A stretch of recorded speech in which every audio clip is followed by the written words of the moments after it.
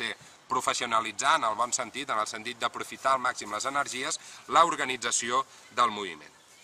Un altre tema també és urgent, és introduir el món laboral, el món del sindicalisme alternatiu o no, a dins d'aquest moviment del 15M.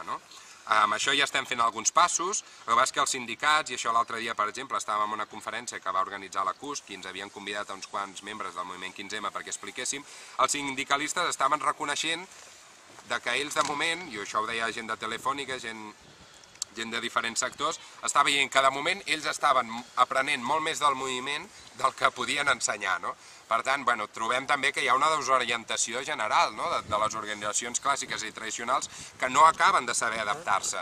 Per tant, si sabem que les organitzacions del món obrer no acaben de saber com adaptar-se en aquest moviment i nosaltres hi estem participant tant al moviment 15M com en aquestes estructures sindicals, nosaltres hem de fer servir, hem de ser una mica les bisagres que siguin capaces d'incorporar els sindicats i siguin capaces d'incorporar la classe treballadora, i no només la classe treballadora, sinó el reconeixement de que existeix la classe treballadora a dins d'aquest moviment. Un altre fet primordial, una altra tasca dels revolucionaris per aconseguir fer avançar el moviment és destil·lar aquesta crítica. Aquesta crítica de la gent que té, que el món no va bé, que no arriba a final de mes, però no connectar-ho amb l'organització social humana, no saber que és un mode de producció, no saber que hi ha unes contradiccions econòmiques, no saber que hi ha unes contradiccions socials, no saber quina relació hi ha entre el capitalisme i la democràcia. Tot això són gent que la gent d'alguna manera pot intuir, però necessitem discutir i anar aconseguint esdeveniments, anar aconseguint accions que demostrin i facin avançar això. Per tant, el tema de destil·lar i passar del sentit comú al bon sentit és una de les tasques també dels revolucionaris. I per últim, aconseguir victòries. Això està claríssim. Sabem que les organitzacions estan tan malament perquè no hem aconseguit victòries en els últims anys i només hem tingut derrotes de les lluites i de la classe treballadora.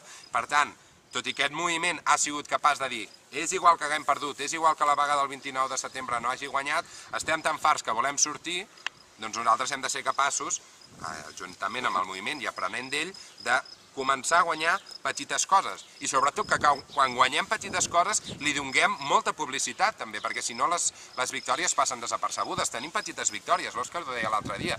El fet que hagin passat la dació de pagament de 600 euros a 900 és una victòria que sense el moviment no s'hagués aconseguit. El fet que Santa Coloma de Cervelló, allà a la colònia Güell, els avis hagin sigut capaços de que no tanquin el CAP és una victòria, petita però és una victòria. Per tant, li hem de donar molta transcendència a això per ensenyar a la gent que sí, que lluitar serveix d'alguna cosa i que ens pot canviar la vida. I per últim necessitem aquestes petites victòries per convertir la revolta en revolució. Llavors, dit això, si tenim aquestes tasques, i amb això vaig acabant, ja us deixo de fotre la xapa. Si tenim aquestes tasques, i aquí va el punt més polèmic, o no, perquè de fet ja n'hem estat parlant durant molt més temps, el que hem de definir és quina avantguàrdia necessitem per aconseguir aportar aquestes tasques al moviment. Totes aquestes tasques que he dit, jo diria que en lluita, sens dubte, les comparteix, jo diria que en lluita és una de les organitzacions que té més capacitat per introduir-les, més capacitat per analitzar bé el moviment i més capacitat per fer que aquestes idees siguin assumides pel moviment, però són massa pocs. 150 activistes a tot l'estat espanyol no aconseguiran això. Per tant, necessitem d'alguna manera veure quins aliats tenim per tal d'aconseguir volcar aquestes tasques revolucionàries dins del moviment. I per això sempre portem temps parlant d'una organització àmplia de l'esquerra anticapitalista. Jo crec que avui dia, amb aquest moviment de masses, té més sentit que mai. I no és que tingui més sentit, és que té un nou sentit que el fa molt més profund que el reagrupament del que parlàvem fa un parell o 3 d'anys. Perquè ara realment tenim un moviment enorme on l'esquerra revolucionària, gràcies a Déu no, gràcies a Lenin, representa el 1% d'aquest moviment, o el 2%. I això és genial, perquè quan som el 100% és que no hi ha moviment, quan som l'1% és que realment hi ha moviment real. Ara, això vol dir que necessitem, per ser capaços d'influir al moviment, una organització quantitativament raonable i una organització qualitativament molt professionalitzada, en el bon sentit, que sigui capaç d'intervenir correctament. Per tant, per això jo crec que el reagrupament en el segle XXI i amb el moviment del 15M té un sentit nou, i crec que és molt, molt urgent que fem passos orgànics cap a aquesta organització, cap a aquesta circumscripció de l'avantguàrdia, perquè estem d'acord amb aquestes tasques i perquè ara tenim molt més en diferència amb aquest 98% que encara té idees reformistes, que inclús encara té idees de dretes, idees conservadores, i aquest 2% pot volcar. Fins ara ens estàvem barallant i si l'anarquista no sé què. Ara això té un nou sentit i crec que hem de ser capaços de veure-ho. Amb això acabo. Jo crec que en aquest sentit els únics grups que han vist i han sabut treballar amb el moviment del 15M ha sigut Revolta Global, una petita part dels autònoms i En Lluita. Després les organitzacions, per exemple, l'esquerra independentista, les més lúcides, amb una mica més de temps han sigut capaces d'intervenir, però si ens fixem amb el PCPC, per exemple, no han intervingut gens, les CJC han intervingut una mica de passada al final, però realment ja a mi em va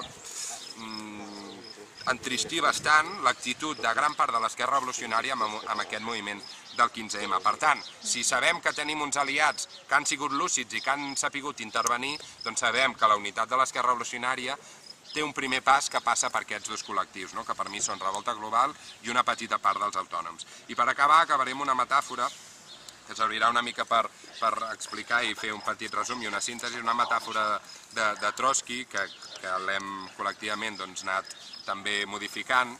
Trotsky deia una mica que hi havia el vapor, que era la indignació de la gent, i ara connecta totalment. Ara tenim tot de gent indignada que quan ho sent individualment és simplement una goteta d'aigua que corre per l'aire i que no té cap força, no té la capacitat de transmetre una força per canviar, una força per moure's.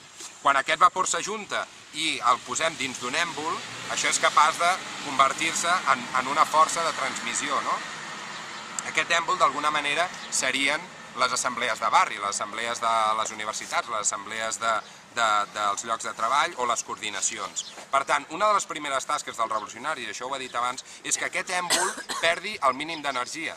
Tenim molt de vapor, sabem que la indignació és molt gran, però si no som capaços d'introduir-la en òrgans que siguin capaços de fer avançar el moviment, sabem que aquesta energia es difon. Per tant, una de les primeres tasques, o si no la més important per mi, per l'esquerra revolucionària, és ser capaços de construir uns espais que aprofitin al màxim tota aquesta energia revolucionària. I després, a part de l'èmbol, hi ha una altra cosa, que és el volant d'aquest tren, el volant que porta aquests èmbols. No és ben bé un tren, perquè les vies no estan tan marcades, seria potser més un cotxe. En aquest sentit, el volant sí que ha de ser aquesta avantguàrdia que porti idees i que sigui capaç de fer virar el moviment cap a un sentit o un altre. Però hi ha dues coses que són diferents, òbviament van juntes, però una cosa és saber aprofitar l'energia i l'altra és dotar de direcció en aquest moviment. Jo crec que aquestes són les dues tasques d'en Lluita i estem en un molt bon moment per preparar-ho. Ara, som massa pocs i necessitem de la unitat de l'esquerra revolucionària per aconseguir-ho.